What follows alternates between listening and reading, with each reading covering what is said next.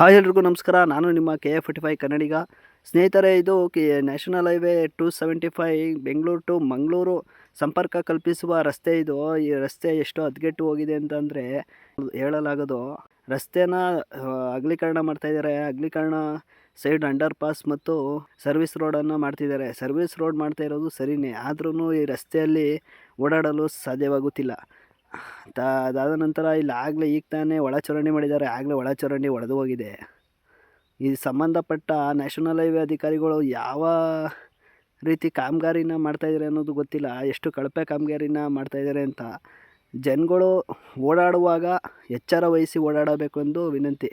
ರಾತ್ರಿ ಹೊತ್ತು ಚಲಿಸುವ ವಾಹನಗಳು ನಿಧಾನವಾಗಿ ಚಲಿಸಬೇಕು, ಹಾಗೂ ಯಾವುದೇ ವಾಹನಗಳು ಬೆಳಗ್ಗೆ ಆಗಲಿ ಸಂಜೆ ಆಗಲಿ ನಿಧಾನವಾಗಿ ಚಲಿಸಿದರೆ ಉತ್ತಮವಾಗಿರ್ತದೆ. ಇಲ್ಲಿ ಅಪಘಾತಗಳು ಸಂಭವಿಸುವ ಸಾಧ್ಯತೆ ಹೆಚ್ಚಾಗಿದೆ. ಅದರಿಂದ ಎಚ್ಚರದಿಂದ ನಿಧಾನವಾಗಿ ಚಲಿಸಿ.